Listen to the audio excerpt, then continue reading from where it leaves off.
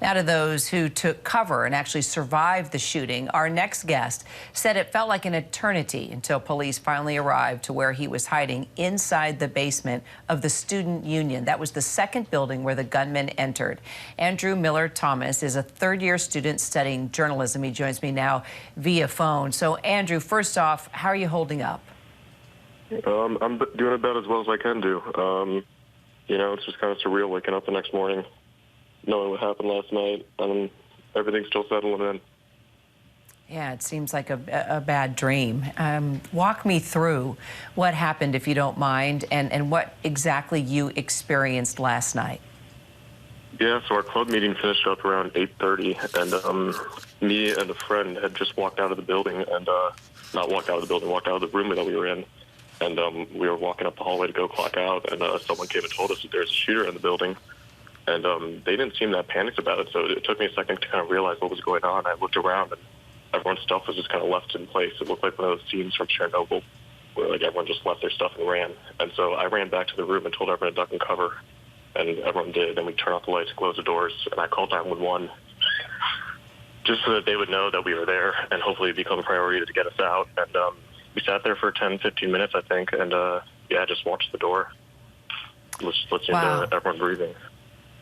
And so there you were, lights off, being quiet, duck and cover, as you said. What was going through your mind at that moment, Andrew?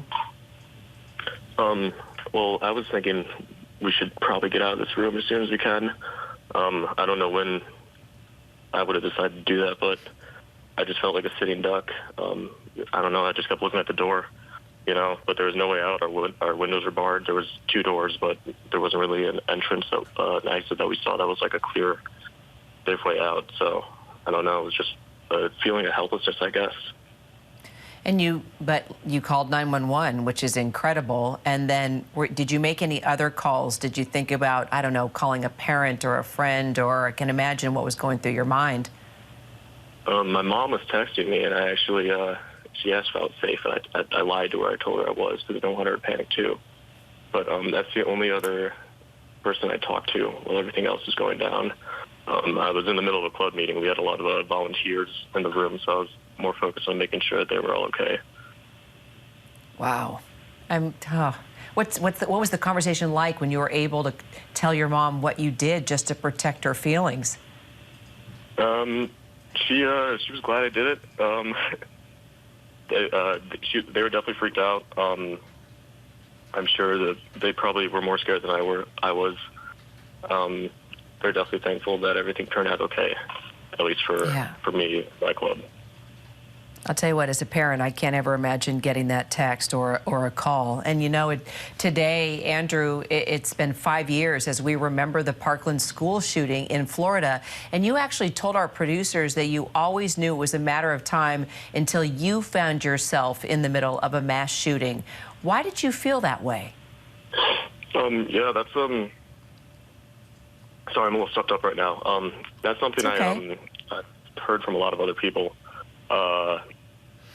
Since this has happened, I've talked to a lot of people I was stuck in the dorm building with for those 5 hours immediately after the shooting, and a couple of my friends this morning. And a lot of people said, I felt like it was only a matter of time. I mean, growing up, probably since 2012, we've just been seeing another shooting on TV or bombing or something. Basically a major one once a week. So, you kind of feel like if it's happening everywhere, why can't it happen here? Right. Are you feeling safe now? I mean, as safe as I can. I'm in my apartment building right now. I'm just off campus. But yeah, I've never had a problem feeling unsafe in this building. We do have a security guard. For the most part, MSUPD does a good job at taking care of the day-to-day. It's just that could cause students problems, but yeah, stuff like this just happens, and it just completely changes how you feel about the whole community. Well, with that said, Michigan State University, your university now joins, sadly, this long list of schools and communities impacted by gun violence. I mean, this is a club nobody wants to be a part of. For those who have never experienced this or a loss from a shooting, what do you just want them to know now that you've been through it, Andrew? study up on that run, hide, fight. Make sure you know what to do, especially in your workplace or where you go to school. If something like this happens, do your best to make sure that you and your people are safe. You never know when tragedy can strike, and it's the best thing you can do for yourself is just to make sure you're prepared. And do whatever training you can. Andrew Miller Thomas, we're so glad you're okay. I bet your mom is just so relieved this morning. Thanks so much for calling in, Andrew. We really appreciate it. Thank you, Kira. Have a good one. All right, you too. Hi, everyone. George Stephanopoulos here. Thanks for checking out the ABC News YouTube channel. If you'd like to get more videos, show highlights, and watch live event coverage, click on the right over here to subscribe to our channel. And don't forget to download the ABC News app for breaking news alerts. Thanks for watching.